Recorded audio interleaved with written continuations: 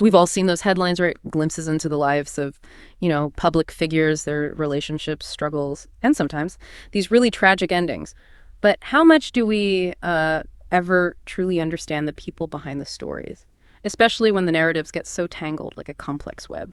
Today, we're diving deep into one of those really compelling and ultimately tragic stories, the life and, the still unexplained death of Sunanda Pushkar. We've got a stack of fascinating sources here, articles, research, even some personal accounts. Our mission is to sort of cut through the noise for you, help you understand the complex tapestry of her life, her relationship with a very prominent politician, the controversy swirling around them, and, the puzzling circumstances of her passing. Exactly.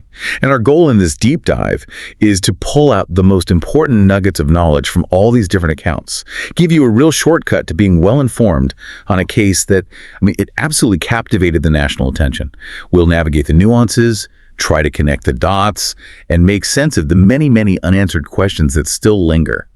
Let's really try and understand this story. Okay, so let's start with Sunanda Pushkar herself. The sources really paint her as this fiercely independent, self-made woman, carving her own path among, India's highest profile people. What parts of her background or early life really stand out as shaping that formidable spirit? Well, what's fascinating is how early that independence really started showing. Sunanda was born June 27, 1962, in Bomai village, Sopore, Kashmir. Her family had a landlord background. Her father, Pushkar-The Das, he was a retired army colonel. But a huge turning point came in 1990. Their home was tragically burned by terrorists that forced the family to relocate to Jammu. So this early disruption, it definitely speaks to a resilience that was, foundational for her. That sounds incredibly tough, especially at a young age. And it seems like that independent streak, it was there even in her first job, right? While she was an economics student in Srinagar, she took a part-time hostess job at the Centaur Hotel's Lakeview restaurant. And that's where she met and fell in love with the assistant manager, Sanjay Raina. That's right. And the sources say she actually defied her family's wishes to marry him in 1986. They moved to Delhi together. But their marriage eventually ended in divorce. Irreconcilable differences, apparently. And the sources say it caused her great sadness, a difficult time. Right. And that period of sadness, it seems like it sparked a pretty significant personal rebranding for her. After the divorce, she dropped Das from her name and adopted her father's name, Pushkar. She became Sunanda Pushkar. That feels like a really powerful statement of identity, doesn't it? Connecting back to her family roots. Oh, absolutely. A very deliberate choice, kind of signaling a new chapter. Her journey then took her to Dubai in 1988. She started there as a sales manager at Tacom Investment Company. And that move to Dubai, often seen as, a land of opportunity, it became a really crucial stepping stone. Okay. And her personal life moved forward there too. Yes, in 1991, she married a Malayali businessman, Sujit Menon. He was actually a friend of her first husband, Sanjay Raina. Oh, interesting connection. Yeah. And their son, Shiv, was born in 1992. After getting some solid experience in Dubai, Sunanda really launched herself as an entrepreneur. She started her own event management company, Expressions. She was organizing fashion shows, building this huge network with top designers, models. And what's really critical here is her financial success. The sources confirm she was quite wealthy independently, investing heavily in Dubai real estate, like 12 apartments and a spa. She also owned a luxury apartment in Canada, land in Jammu. Her independent net worth was apparently around 113 crore rupees. That's over, 13 million US dollars, plus another 7 crore, maybe $850,000 in jewelry, watches, cash. And this was all her own, separate from any connection to Shashi Tharoor later on. Wow. That's a truly impressive level of self-made success, financial independence. It really underscores that she was a major force in her own right. But her second marriage also had a tragic end. Sujit Menon died in a road accident in Karol Bagh, Delhi back in 1997. Reportedly while suffering from depression. Yeah, his death had a huge impact, especially on their son, Shiv. He developed speech problems after his father passed away. And that led Sunanda to make another major life decision. She moved to Toronto, Canada for his treatment. She also got Canadian citizenship there. But even there, she kept going with her event management work, really transforming her style, becoming well-known in high society circles, Dubai, Canada. This woman was definitely a force. And then she turned that determination toward her son's aspirations, using her connections. Enrolling Shiv in Anupam Kher's acting school in Mumbai, tapping into her film industry contacts from those page 3 parties, those exclusive social events, all to help his career get started. Okay, let's shift focus now to the other key figure in this whole story, Shashi Tharoor. The sources paint him as, a man of remarkable intellect, a prolific writer, and someone with a really captivating public persona. Oh, absolutely. Shashi Tharoor, born in Elavantry, Palakkad, Kerala. His academic journey was just extraordinary. Educated at Campion School in Mumbai, St. Xavier's in Kolkata, St. Stephen's in Delhi. But what's truly unique, he got a scholarship to the Fletcher School of Law and Diplomacy, earned 2 master's degrees and a PhD at the age of 22. 22! That's a record there that apparently still stands today, unmatched. Wow.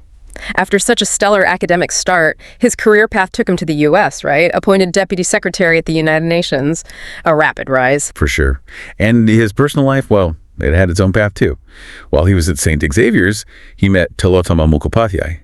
She was the granddaughter of a former chief minister of Madhya Pradesh, Kailash Nath Kachhu. They had a love marriage, 2 twin children, but they later divorced. Okay, and then later at the UN, he met Krista Giles. She was Deputy Secretary of the UN Disarmament Commission. How did that relationship come about? Well, Krista was reportedly really impressed by his intellect, his charm. She married him in 2007, apparently against her family's wishes, who maybe disapproved of her marrying a, quote, fickle-minded Indian. That's what the sources suggest.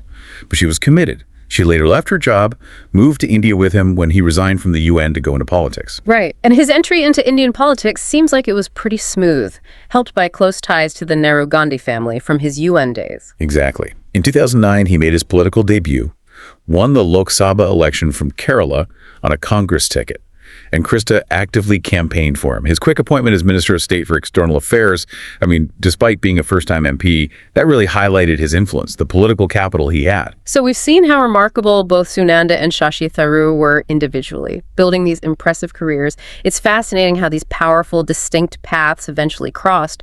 Where did their worlds actually first collide? Well, their first encounter, according to the sources, was at a party in Dubai.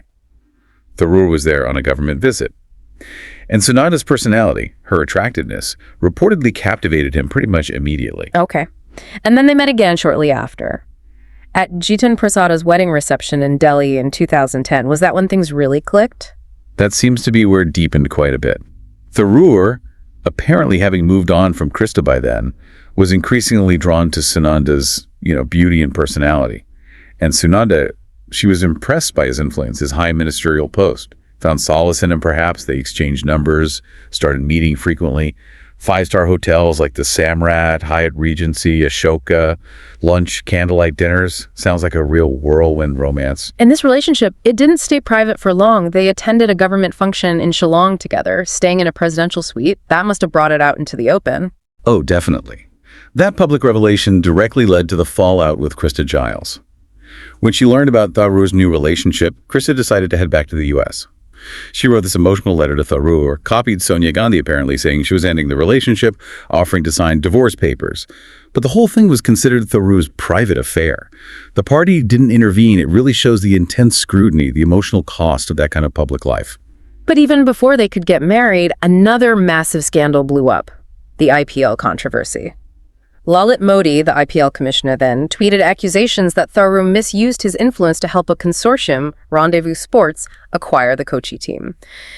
And that 19% ownership, worth about 75 crore rupees, maybe $9 million US, went to Sunanda. That must have been a political earthquake. Absolutely. A huge one. It led to a major public back and forth. Narendra Modi famously called Sunanda the 50 crore girlfriend. Tharoor shot back on Twitter, saying she was priceless.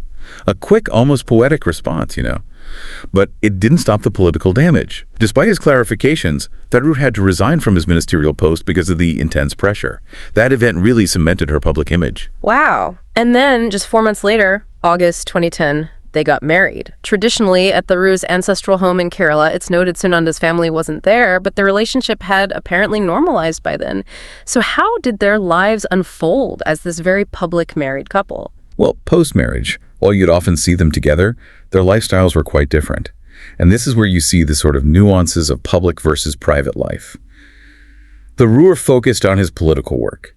Sunanda frequented high society parties, late-night events in Delhi, Mumbai, Dubai. Tharoor tended to avoid those gatherings, trying to maintain his, political image.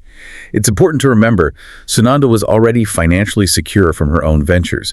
Her standing certainly grew after marrying Tharoor, but their public roles often diverged quite a bit. Okay, so their lives were already pretty public, pretty tumultuous. And then the sources talk about a third angle entering the marriage, bringing significant turbulence. What was that about? Right. This involved Mehar Tarar, a 45-year-old Pakistani journalist, known for her beauty in Pakistani media, from an affluent background, journalism degree from West Virginia University. She was reportedly living alone with her young son in Pakistan due to marital issues, working for a business news channel. And the connection was apparently made through Tharoor's avid use of Twitter, where he reportedly spent a lot of his free time. That led him into contact with Mehar Tarar. How did Sunanda react to this? Well, Sunanda, who sources say was aware of Tharoor's, quote, flirtatious nature, felt deeply betrayed, especially after the sacrifices she felt she'd made to be with him. This led to more frequent, more intense disagreements between them. Their private life turning into a very public struggle, really. And this private conflict, it didn't stay private at all, did it? It just exploded publicly on Twitter. What was that Twitter war like? What did it show about the tensions? Oh, it was explosive.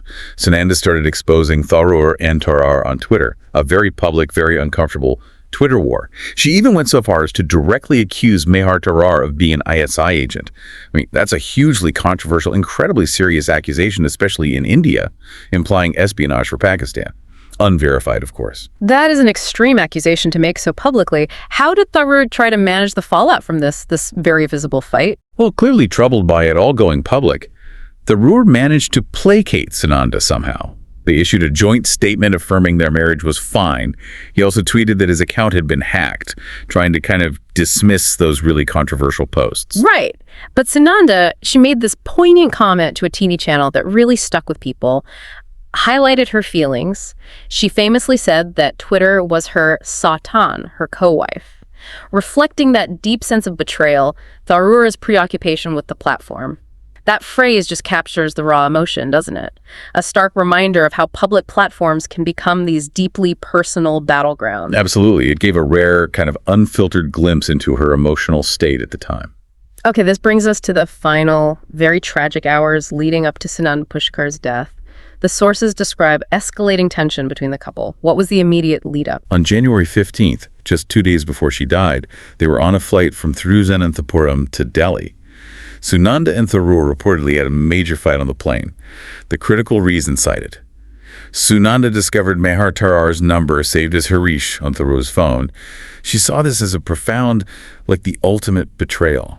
This seemingly small detail, a name saved differently, it became the trigger for everything unraveling. Wow.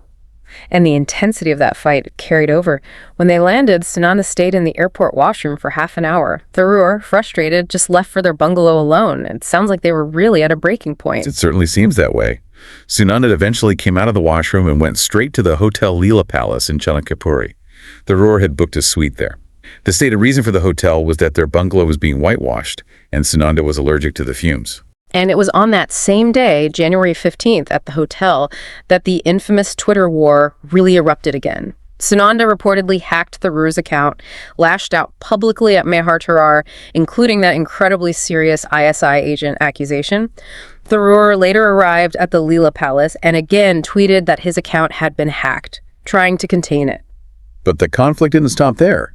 It's reported that on the night of January 16th into the 17th, Sunanda and Tharoor had another significant fight, lasted until 4:30 in the morning.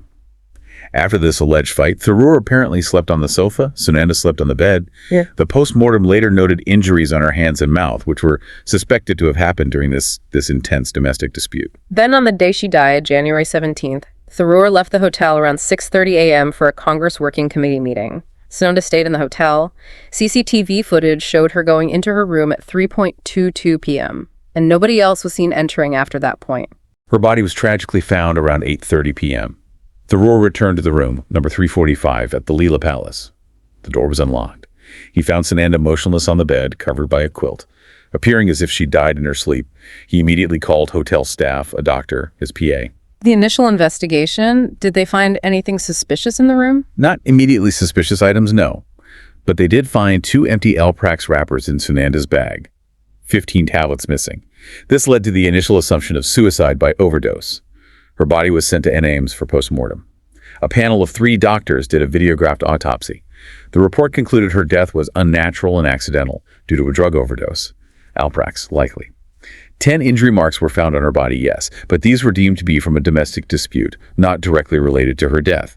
Notably, there was a deep bite mark on her palm that was preserved for forensic analysis. Her stomach viscera, too, kept for testing. Her cremation happened the same day at Lodi Road Cremation Ground. Very quick. And because the marriage was less than 7 years old, there was an inquiry by the subdivisional magistrate, right? Yep. SDM Alok Sharma. That's standard procedure under Section 176 of the CRPC. Exactly. It ensures a magisterial review for deaths within 7 years of marriage. Statements were taken from 8 people, including senior journalist Nalini Singh, who apparently had a long chat with Sunanda just before her death. Sunanda's brother, Colonel Rajesh, her son Shiv Menon, Shashi Tharoor himself, his PA Abhinav, and 2 hotel attendants. Ultimately, that SDM inquiry found no evidence against Shashi Tharoor. Wow. We've covered a lot today, taken quite a journey, really, deep diving into the life and, yes, the tragic death of Sunanda Pushkar, a woman who truly built her own empire, navigated these incredibly complex, high-profile relationships, and whose story ended in this tragic, still debated way. It really is a story with so many layers. Personal aspirations, huge public controversies, these intensely private moments that spilled out, and then the medical findings pointing to an accidental drug overdose, but still leaving these lingering questions about the full circumstances around it. The sources really show that interplay between private struggles and public spectacle. So, thinking about everything we've discussed, drawing on all these sources, what does this deep dive into Sunanda Pushkar's life and death ultimately reveal? Maybe about the pressures, the perils of life lived so intensely in the public eye, where personal struggles just become national headlines and maybe some truths? Well, they remain elusive, even after all the investigation. It leaves you wondering, doesn't it?